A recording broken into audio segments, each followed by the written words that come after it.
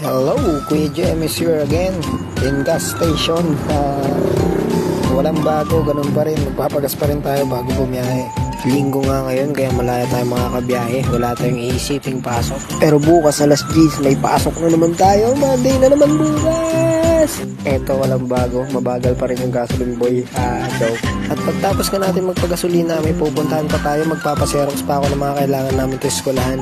Isasabay ko na rin yung dalawang kaklase kasi nagpagawa sila sa akin. Kasi nasa akin yung pinapaserox ni ma'am. 255. Aray ko, kakagising ko lang, bad trip na naman to.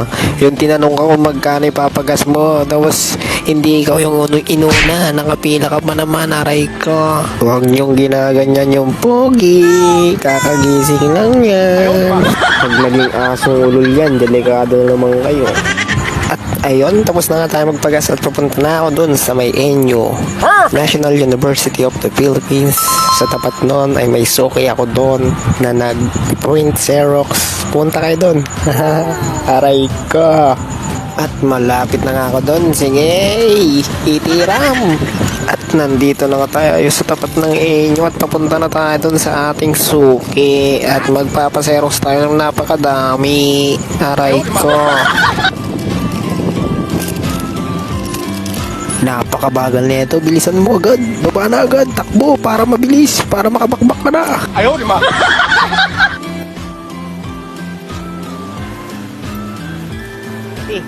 Dalawang copy pa. Danan ko na lang bukas, pwede din. Baka anong oras ka nagbubukas? Danan ko na lang. Oo. Dahil kasi ganun ako pasok. Bukas na lang din yung bayad.